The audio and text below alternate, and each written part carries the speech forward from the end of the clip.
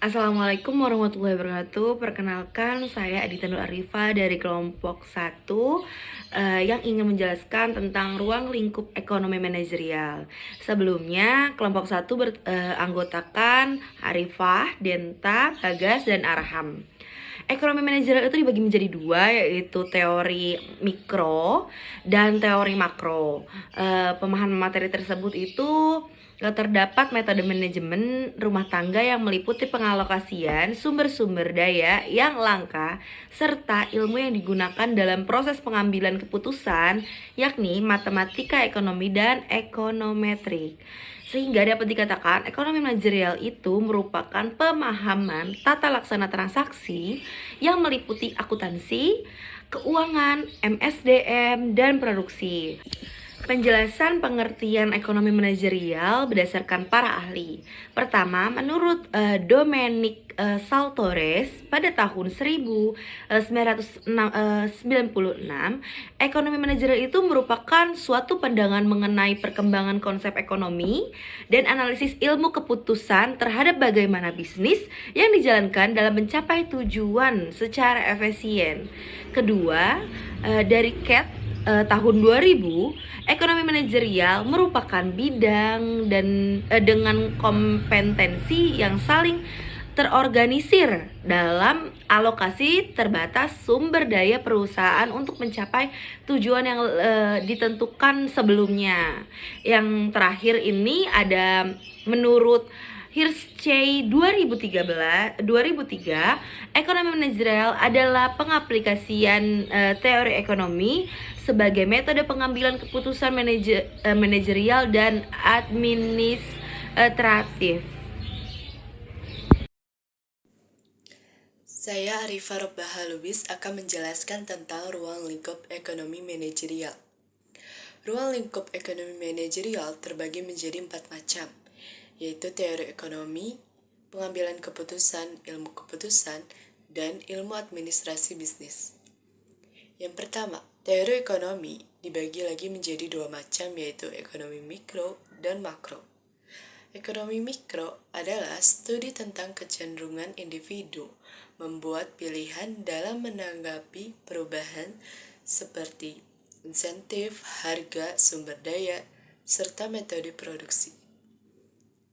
Sedangkan ekonomi makro adalah pengambilan keputusan berdasarkan output yang dihasilkan, investasi yang dikeluarkan, konsumsi perusahaan, pendapatan yang diperoleh, serta permintaan dan penawaran agregat dalam perekonomian. Yang kedua, ada pengambilan keputusan. Diperlukan teknik yang tepat agar keputusan yang dihasilkan optimal. Pengambilan keputusan tersebut berdasarkan ketersediaan sumber daya seperti material, method, dan money. Yang ketiga, ilmu keputusan. Untuk mencapai hasil atau tujuan perusahaan, diperlukan langkah atau konsep yang optimal, efektif, dan efisien. Ilmu keputusan tersebut adalah matematika dan ekonometri atau statistik. Yang keempat, yang terakhir, ilmu administrasi bisnis. Latar belakang pengambilan keputusan ilmu administrasi bisnis berkaitan dengan tentang keuangan, akuntansi, manajemen sumber daya manusia, manajemen pemasaran, serta manajemen produksi. Dengan adanya ekonomi manajerial sangat membantu para manajer dalam mengevaluasi pergantian manajer baru, menyelesaikan masalah, mengatur keuangan, serta mengetahui informasi di lingkungan perusahaan, industri, dan perekonomian. Assalamualaikum warahmatullahi wabarakatuh. Saya Denta Ardian ingin mempresentasikan poin yang nomor 3. Pertama, pengertian teori perusahaan, theory of the firm. Arah dan taksiran usaha. Perusahaan merupakan organisasi yang memiliki berbagai sumber daya, pemilik sumber daya, pegawai, dana, tanah, serta bahan mentah, dengan tujuan dapat memproduksi komoditas serta pelayanan yang dapat dihasilkan keuntungan. Tujuan utama perusahaan adalah untuk memaksimumkan kekayaan atau nilai perusahaan. Nilai perusahaan yaitu nilai sekarang reservoir atau nilai dari laba yang diharapkan akan diperoleh pada kurun waktu selanjutnya, di mana dapat merumuskan sebagai berikut. PV sama dengan P1 per 1 plus R kuadrat 1 plus P2 per 1 plus R kuadrat 2 plus Pn per 1 plus R kuadrat N. PV sama dengan sigma N T sama dengan 1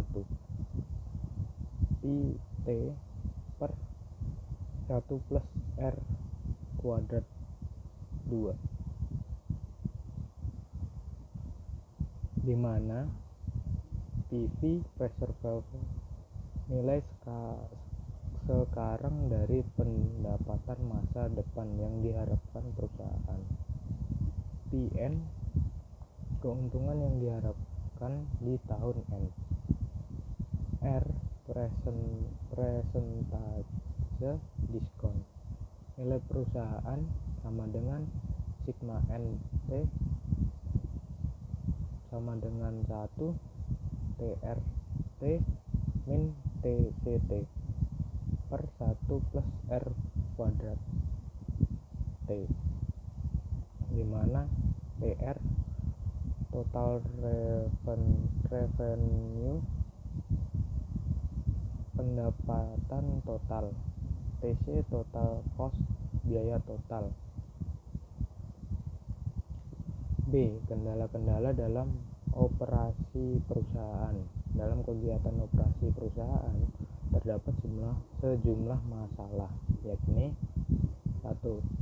Keterbatasan tersediaannya input penting seperti perekrutan tenaga ahli, ketidakmampuan untuk mendapatkan bahan baku sebagai yang dibutuhkan, dan ruang pabrik atau gudang yang terbatas untuk tujuan tertentu.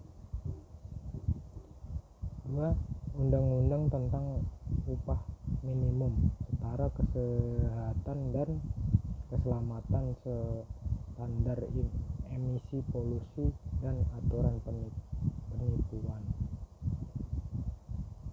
3. Minim dan modal. Terima kasih dari saya, sekian. Bismillahirrahmanirrahim. Assalamualaikum warahmatullahi wabarakatuh. Saya akan menjelaskan tentang keuntungan atau laba. Keuntungan dapat dikaitkan selisih antara pendapatan dan biaya yang dikeluarkan. Jadi biaya dapat berupa biaya tunai yang digunakan untuk melakukan pembelian atau pembayaran untuk operasi bisnis. Dan keuntungan atau laba dibagi menjadi dua, yaitu keuntungan bisnis dan keuntungan ekonomis. Apa itu keuntungan bisnis? Keuntungan bisnis yaitu keuntungan didapat dari selisih penghasilan terhadap beban-beban usaha, seperti sewa-sewa atau membeli bahan mentah dan membayar gaji serta lainnya. Sedangkan keuntungan ekonomis yaitu keuntungan ekonomi diperoleh dari laba bisnis dikurangi keuntungan perusahaan, kayak hasil menginvestasikan modal atau menyewakan lahan milik perusahaan ke perusahaan lainnya. Terima kasih. Assalamualaikum warahmatullahi wabarakatuh. Perkenalkan, nama saya Arham Almayesya. Saya akan melanjutkan presentasi dari yang sebelumnya, yaitu nomor 5, tujuan mempelajari ekonomi manajerial dalam penerapannya dan juga penggunaan ekonomi manajerial dalam perekonomian baik dalam negeri maupun luar negeri. Ekonomi manajemen akan mengatur semua hubungan dalam ekonomi, misalnya mengatur seberapa sistematis operasi keuangan perusahaan, bagaimana mengatur input dan output, dan bagaimana manajemen dalam perekonomian dapat mengatur suatu keputusan yang sangat penting bagi manajemen perusahaan. Banyak sekali perusahaan besar dan maju yang menggunakan sistem ekonomi manajerial sebagai landasan utama dan sebagai border dalam usahanya, karena banyak aspek yang dapat ditangani dengan penerapan ekonomi manajerial yang baik dan sesuai dengan perusahaan. Penerapan ekonomi manajerial oleh manajer dapat menghasilkan hal-hal sebagai berikut. Pertama, mengevaluasi kebijakan manajerial masa lalu apakah telah sesuai atau perlu diperbaiki. Kebijakan-kebijakan yang telah diambil dan dijalankan dalam operasional perusahaan terkadang tidak relevan dengan kondisi pasar yang berubah-ubah. Karena itulah evaluasi atas kebijakan tersebut sangat diperlukan guna diadakannya suatu perbaikan atau pengambilan keputusan baru yang disesuaikan dengan masalah saat ini. Kedua, membantu para manajer mengenal dan melakukan identifikasi terhadap kekuatan dan kelemahan ekonomi yang bisa mempengaruhi perusahaan. Ketiga, menetapkan kebijakan keputusan yang sesuai dengan standar operasional perusahaan. Setiap perusahaan memiliki standar operasional yang berbeda antara satu dengan yang lain. Kebijakan serta peraturannya pun berbeda, disesuaikan dengan bidang atau jenis perusahaan. Visi dan misi perusahaan para pelaku dalam hal ini adalah manajer. Mengidentifikasi biaya-biaya agar seefisien mungkin. Kelima, menetapkan harga jual produk yang sesuai guna pencapaian laba bersih yang maksimal. Keenam, membantu dalam menghadapi fluktuasi kondisi pasar yang mempengaruhi permintaan barang, harga jual, dan laba. 7. Membantu manajer dalam memahami lingkungan ekonomi perusahaan. Ya, demikian presentasi yang kelompok kami sampaikan. Kurang lebihnya mohon maaf. Wassalamualaikum warahmatullahi wabarakatuh.